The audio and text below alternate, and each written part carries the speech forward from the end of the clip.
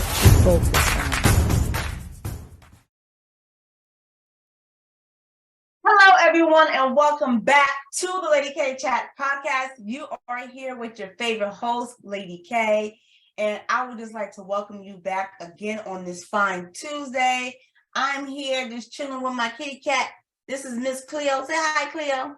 She always want to be in the groove. She want to be in the groove, y'all. But, I'm so excited that I'm here with you guys today. I know all month long I have been talking about women in business, women in leadership, what it looks like, the importance of you knowing your goals, because when you know your goals, you can lay out your support where you need your support, and the main important thing is for you not to put a stress load, and carry so much weight, because in 2023 and moving forward, the whole goal is support, support, support. And what does it look like for you? And to make sure that you as the CEO, you as the business owner, do not get yourself burnt out. So today, I actually want to talk about two things. I'm going to talk about a company's culture, and then I'm going to also talk about leadership styles, because they're very important when you are building an organization and you're building a team. Now, I know you've been so used to doing the one-man show for so long, so you probably didn't even think about a company's culture, and you're probably saying, what is a company culture? So let me just give you some insight of what a company culture is. A company culture is very simple. It is based on how you do things, whether it's a laid-back environment, whether it's an intense environment. It all depends on how you want to set things up. One of the few things that's really important about obtaining a company culture, it helps attract and retain employees.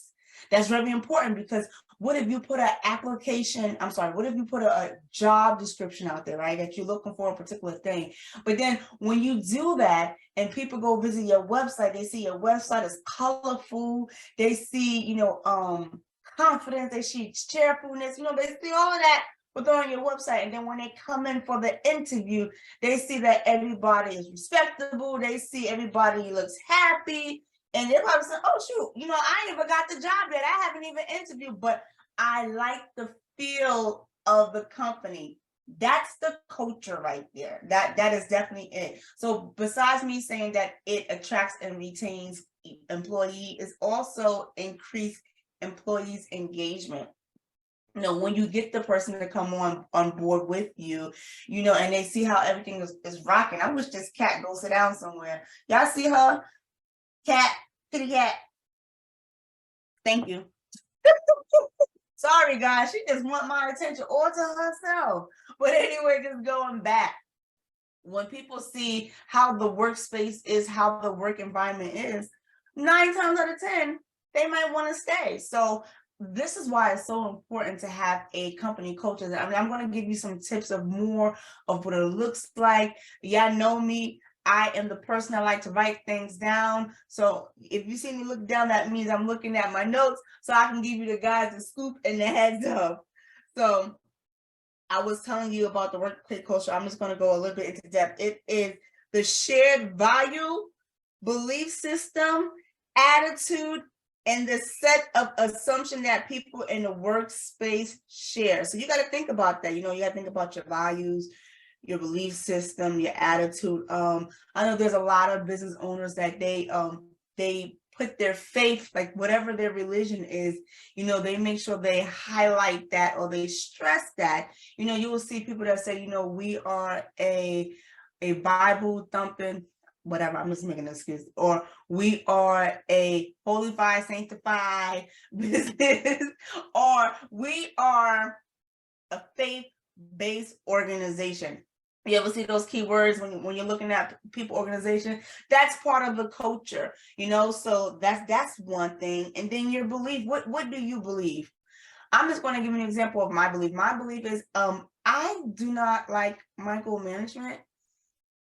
I don't think micromanagement works. To me, it makes my anxiety go on 1,000. I don't know about you, but that's how I feel. It makes my anxiety go on 1,000. So I said to myself, if I feel like, that's too much for me, and it has nothing to do with I'm not getting the work done. because I can do it. I just don't want no one hovering over me 24/7. But in order to do something like that, that means somebody needs to have a complete understanding on what type of task they need to perform and make sure their performance is on top, because you cannot ask, and I have to say this, and for people that's transitioning from an employee to an employer, you need this too, especially if you've been doing this by yourself.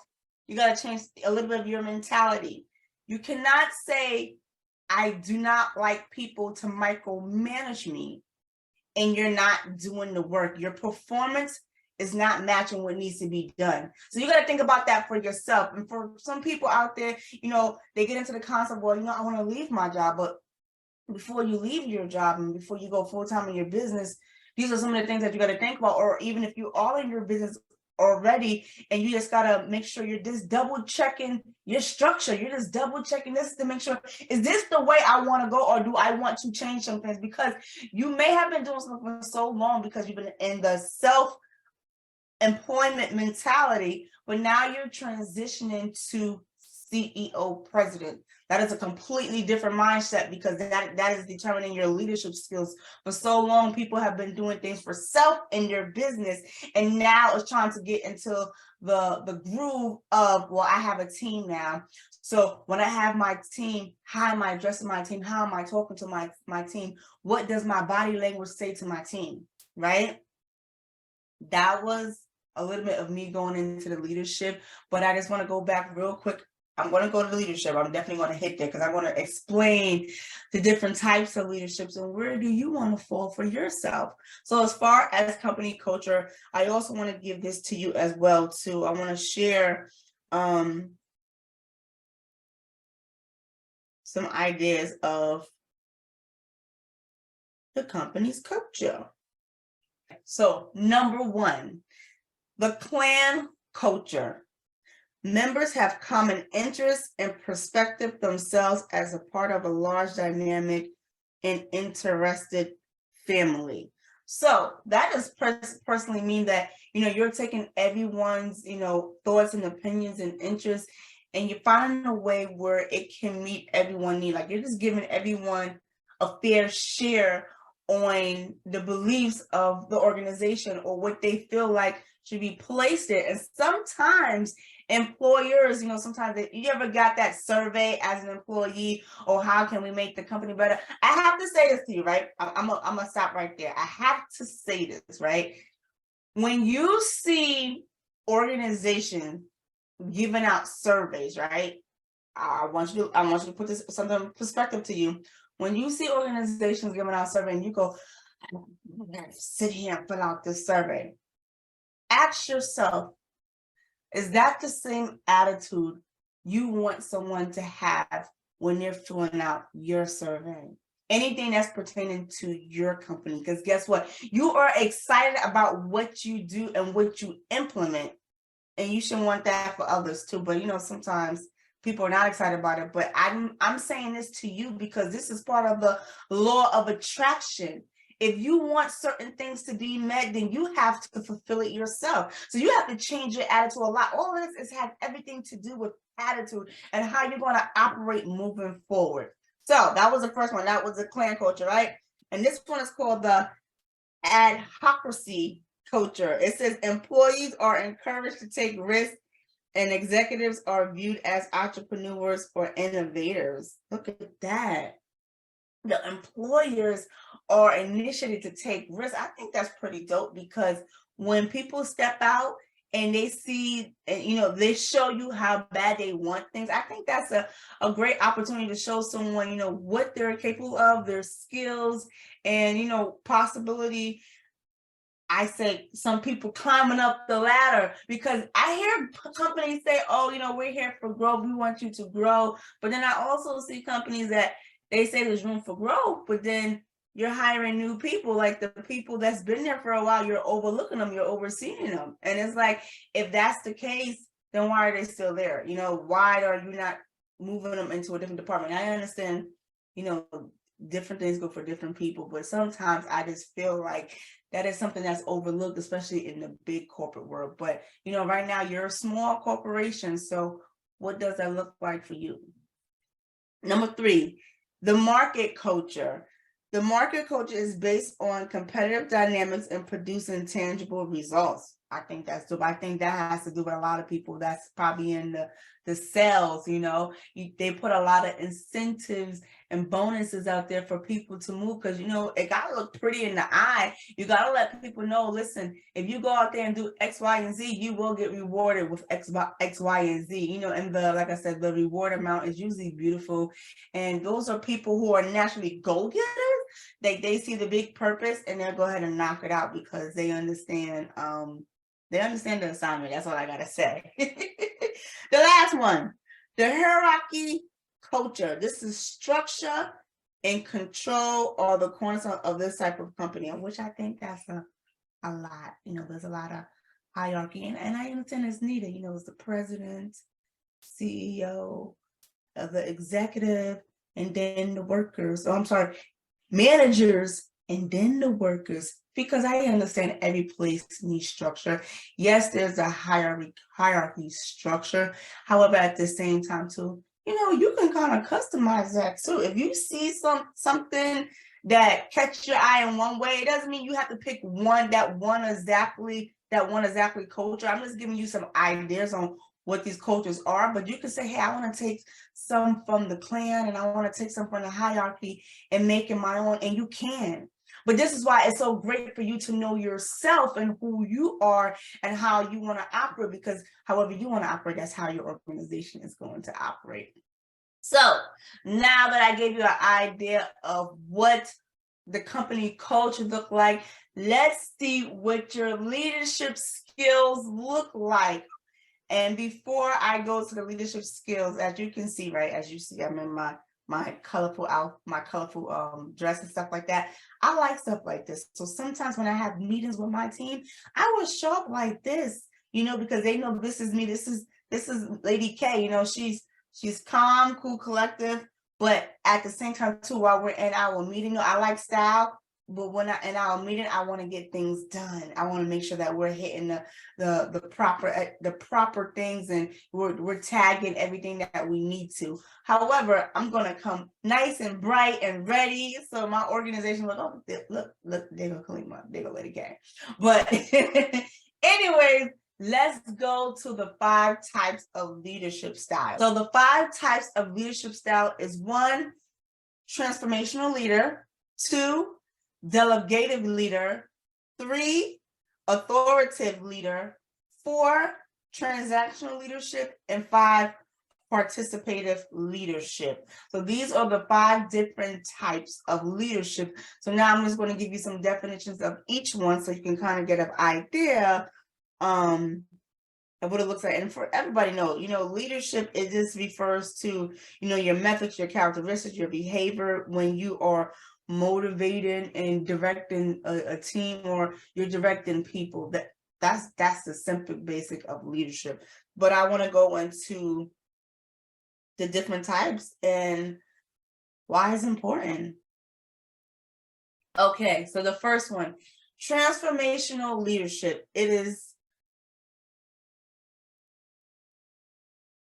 creating a unity, developing bonds, creating energy, and instilling passion. Oh, I like them, because this is focused on emphasis and transformation and change on a person. Like you're looking at the future. So you have someone on your staff, right? And I even had this before too. You have someone on your staff where they're great where they're at, but you feel like they need more work to be done before they get to that space. Like you can look at them and you can tell it's the quality. They just need someone to maybe guide them and direct them and point them in the place that they should be. That's the transformational leadership. And you're not afraid to let them shine either. You want them to blossom. Let me tell you something. When you have people on your team or people in your organization and they are flossing and they are flying, that looks good on you. Every good leader understand that psychology. If you have somebody within you that's working by you, especially if they're a protege of you and you see them excelling, that's a wonderful thing. Now, I know some people, they allow their egos to get in, but you understand the bigger picture because, again, that was one, either your protege, or two, they're a part of what you are doing and they are shining. It makes you look good, it makes you look attractive, and then that's the way that it's a magnet to bring in prospective clients and prospective employees on board into your organization, right? So that's transformational leader. So the second one is delegative leadership. And this is one that it says it has a least intrusive form of leadership. It says, this translates to let them do it.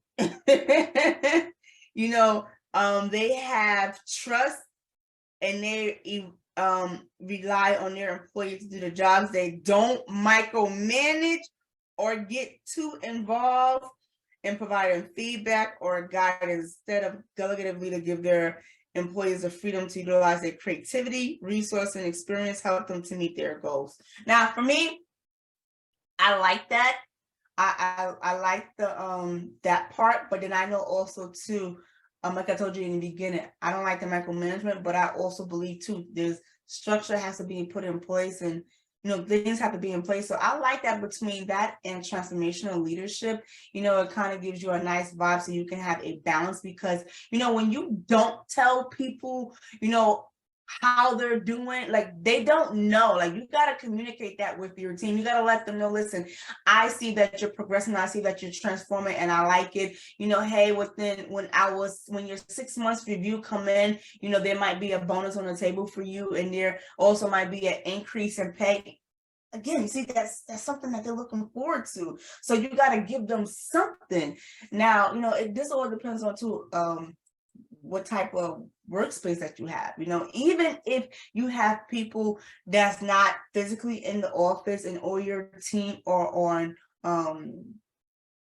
through the computer, I can't even remote, there you go. If most of your team is remote, when you have a team meetings and maybe say like you have a meeting every Monday, and that meeting is just to go over stats, what you're looking for, yada yada yada, that's still great, because you want everybody on the line to give their thoughts, or you want them to give you their updates. I think that's important too, because I like that too, because I also do that with my team. Give me updates, where we're at, what we're looking at, what you got done so far.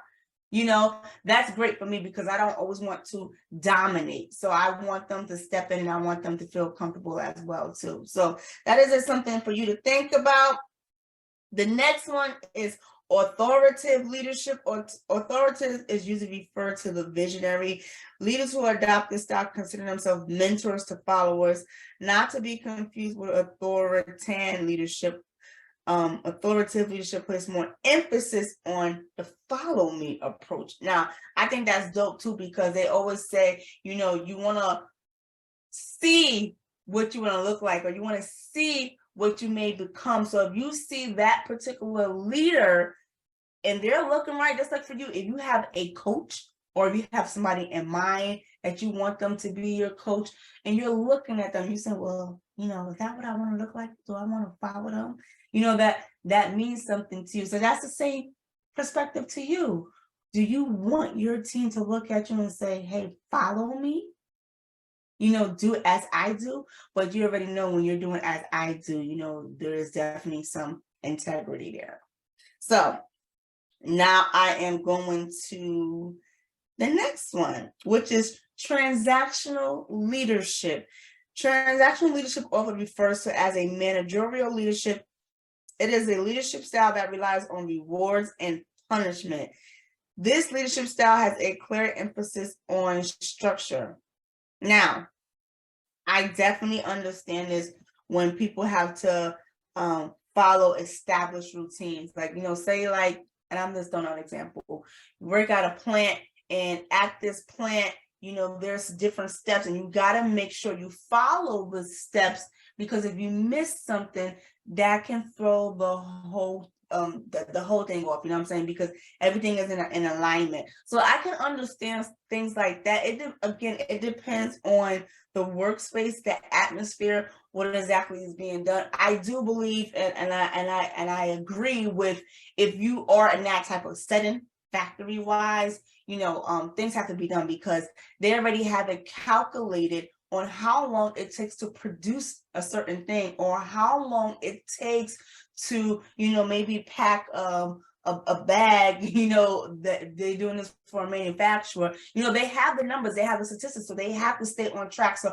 I definitely understand that. But when you're working in an office space and you have certain tasks that needs to be done and implemented, it may or may not need to be done in an order, but it depends on that individual. But you as the business owner, just take certain things into perspective. Do you feel like this right here is needed in your organization? Now, I do want to say this.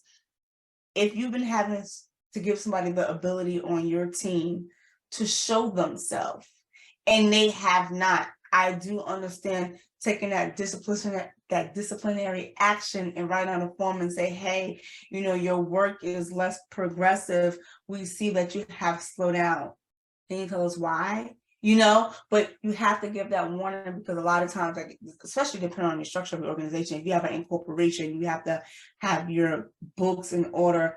I definitely understand that approach, because everything has to be documented, because you have plans and procedures on how things get done, when somebody is being less productive. So I get that point. Okay. So now let's go to the last one, participative leadership. It said this is referred to as a democratic leadership. Participative leadership is a leadership style encouraging leaders to listen to their employees and involve them in decision making. Now that right there, I think is dope. When you allow your team to come in and give feedback on how they think things should flow, because when you do take what they're saying into consideration, they kind of feel like, oh, this is a sense of they're hearing me.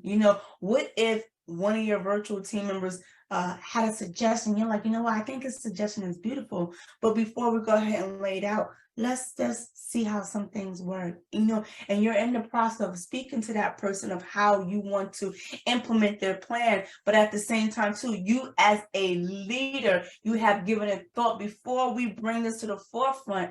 Let's see how this is going to work. Let's have a discussion with that person before we go ahead and address it and bring it out to the whole team. I think that's really great, well, especially when you give that person your one-on-one time. And I understand we all can't do that. And this is why it's important to have support on different levels.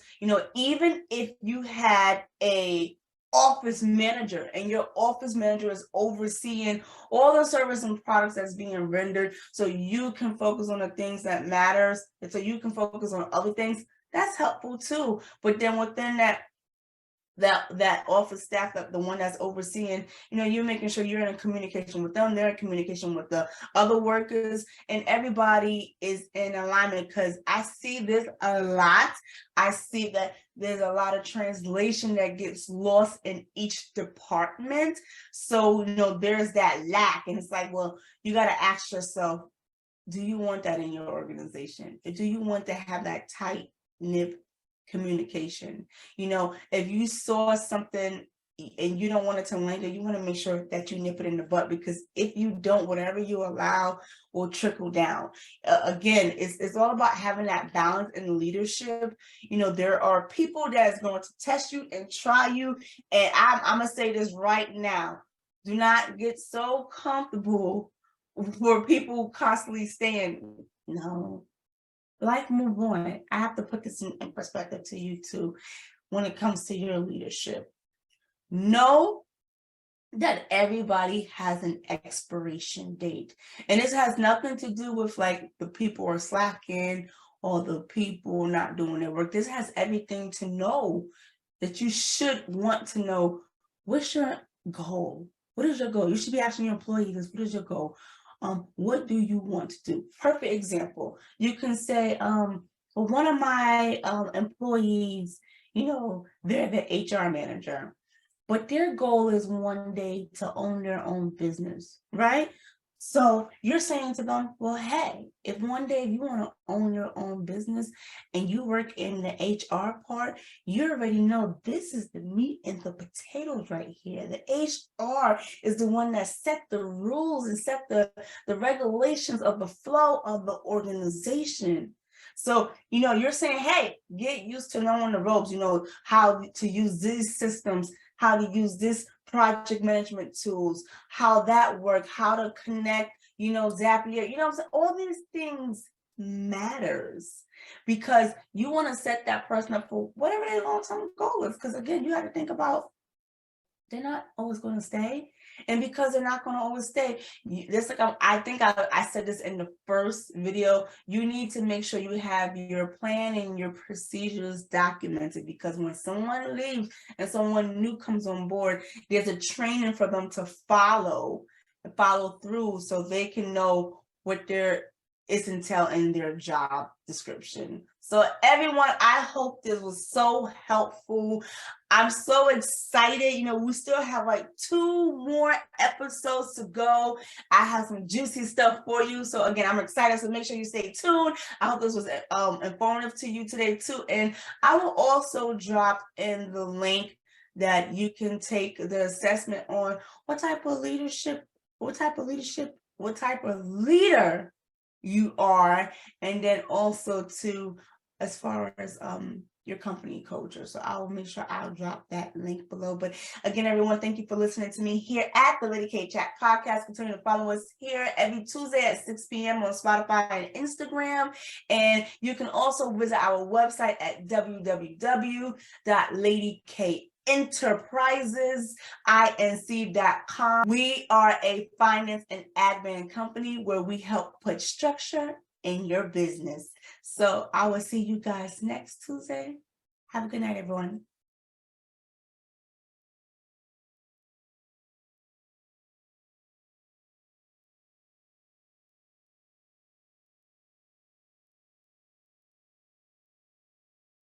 Lady K.